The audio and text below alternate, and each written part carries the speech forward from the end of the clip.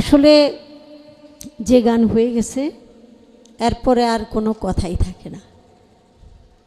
প্রথম থাকে ফাঁকা বাকি, তার মধ্যে ডাকাডাকি, যখন হয়ে যায় দেখা দেখি তখন আর কোনো কথা থাকে না, চলে না। এখনকার যেই পরিবেশ ওটাই হয়ে গেছে। তারপরে পালা যদি সে ছেড়ে দেয় তো অনেকে ভাবতে পারে যে পালাটা ছেড়ে দিল। অনেকের ভাবনার জন্য আমার কাছে দুইটা কড়া কথা জিজ্ঞেস করে গেছে। আসলে এখন যেহেতু সে গাঠটি বুসকা গুছায় ফেলাইতেছে, এখন কথাবার্তা বলা মানে খালি মাঠে গোল দেওয়া, কারণ প্রতিপক্ষ তো অফ হয়ে গেছে গা, টপ ক্লাসে অফ হয়ে গেছে গা। এখন আমার অল্পতেই নীরব হয় দরকার। তাই দুইটা কথা আছে, সেটা যদি না বলি তাহলে কেমন দেখা যায়। তো এখন আর ওই আক্রমণ এটা আর চলবে না। কিন্তু আমার সরকার সে কিন্তু একটা কথা বলে গেছে, একটা বিতর্কিত অবস্থা। বাবার সামনে বেটা যদি উপযোগী হয়, প্রশংসা হয়, সেখানে বাবাই কিন্তু আনন্দ পায়। তো এখানে আমরা তৃতীয় পক্ষ যদি ওই বাবার ভালোবাসাটাকে দুর্বলতা মনে করে যদি বাবাকে ছোট করে ছেলেকে জয়ধ্বনি দিতে থাকি, তাহলে এখানে কিন্তু আমরা একটু দোষের মধ্যে পড়ে যাব। যেখানে প্রেম ভালোবাসা, সেখানে কে ছোট কে বড়, কার দ্বারা কি হবে, সেটা আসলে এটা ভাবতে গেলেও নিজেদেরকে কেমন জানি ছোট মন মনে হয়। আপনারা জানেন, যেদিন আমার প্যারা হাবিব হিজরত করার জন্যে মদিনা চলে গেলেন, সেদিন মক্কায় ছোট্ট একটা ঘরে আমার দয়াল নবী আর মাওলা আলী করিমুল্লাহ ওয়াজহু, চতুর্দিকে কাফের ঘিরে আছে। আমার দয়াল নবী সেদিন বলেছিলেন, আলী আমি চলে যাব, তুমি থাকো, কারণ তোমার উপরে কিছু দায়িত্ব আছে। আমার কাছে কিছু এতিম মিসকিনের মাল গচ্ছিত আছে, আমি সেই মাল তাদেরকে যদি বুঝায় না দেই তাহলে আমি ঋণী থেকে যাব। আমি তো ঋণী থাকতে পারি না, তাই আমি চলে যাব, তুমি থাকবা। 3 দিন পরে আমার সাথে তোমার দেখা হবে, তুমি সেই এতিম গরিব দুঃখী মিসকিনদের যে মাল সেটা তুমি বিতরণ করে আসবে। আমার দয়াল নবী সেদিন হাতে এক মুঠি ধুলা নিয়া সূরা ইয়াসিনের 10 নম্বর আয়াত পাঠ করে চতুর্দিকে ছিটায় দিলেন। আর সাথে সাথে কাফের যারা ছিল তারা হতভম্ব, অথর্ব, দৃষ্টি শক্তিহীন এমনভাবে দাঁড়িয়ে আছে, তারা যেন কিছুই দেখতে পাইল না। আমার আল্লাহ পবিত্র কালামে কিন্তু বলছে যে হে আমার দোস্ত মোহাম্মদ, সেই ধুলি আপনি মারেন নাই, বরং ওই ধুলি আমিই মেরেছি। তাহলে ওই হাতটা আল্লাহর হাতই ছিল। আমার মাওলা আলী করিমুল্লাহ ওয়াজহু, আমার দয়াল নবীর চাদর মোবারক একেবারে পায়ে মাথায় ঘিরে শুয়ে আছে।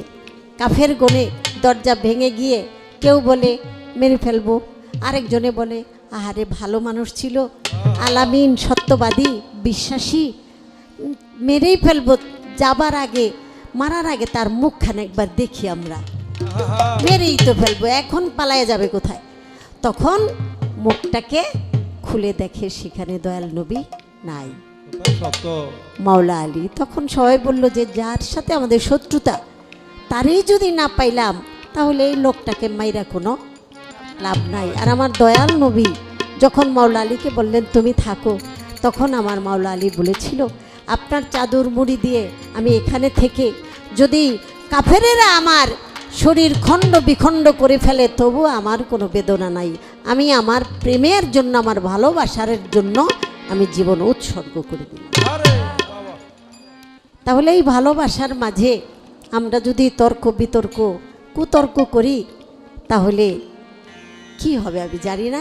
তো একটা গান রাখি।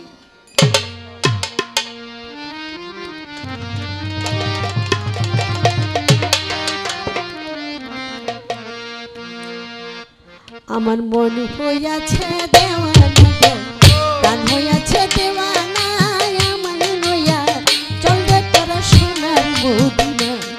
আমার মন হইয়াছে দেওয়ানা গো, গান হইয়াছে দেওয়ানা, আমার নইয়া চলবে তোরা সোনার মদিনা।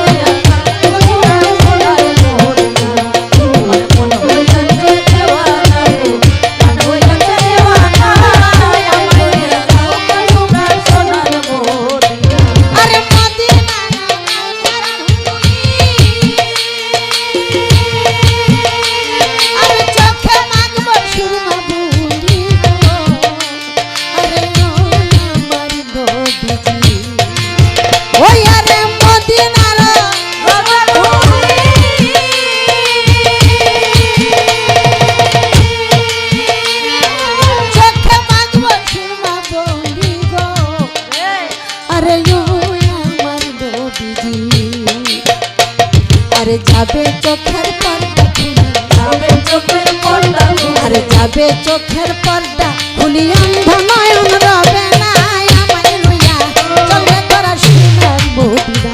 আমার মন হইয়াছে দেওয়ানা গো, প্রাণ হইয়াছে দেওয়ানা, আমায় লইয়া চলবে তোরা সোনার মদিনা। আমার মন হইয়াছে দেওয়ানা গো, প্রাণ হইয়াছে দেওয়ানা, আমায় লইয়া চলবে তোরা সোনার মদিনা।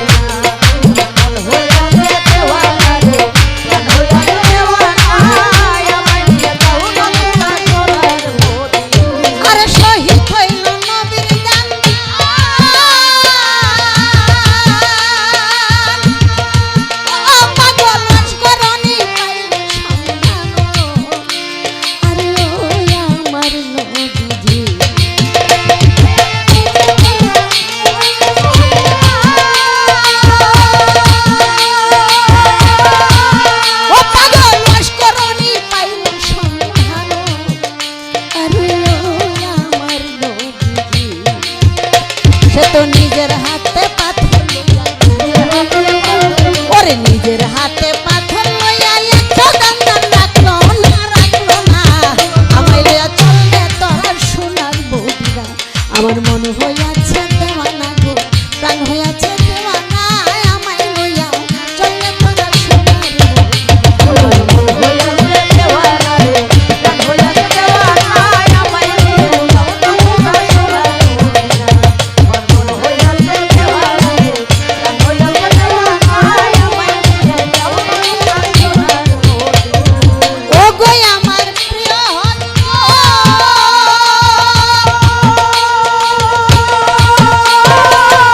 তোমার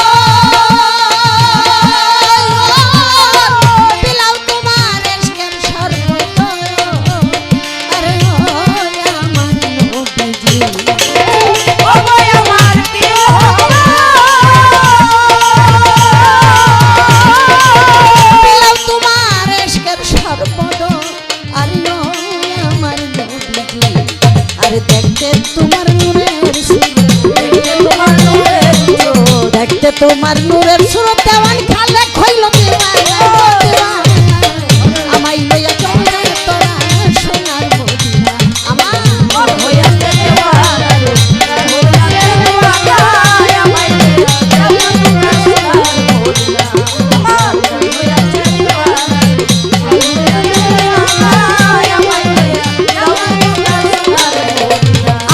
মন হইয়াছে দেওয়ানা গো প্রাণ হইয়াছে দেওয়ানা আমায় লইয়া চলবে তোরা সোনার মদিনা আমার মন হইয়াছে দেওয়ানা গো প্রাণ হইয়াছে দেওয়ানা আমায় লইয়া চলবে তোরা সোনার মদিনা।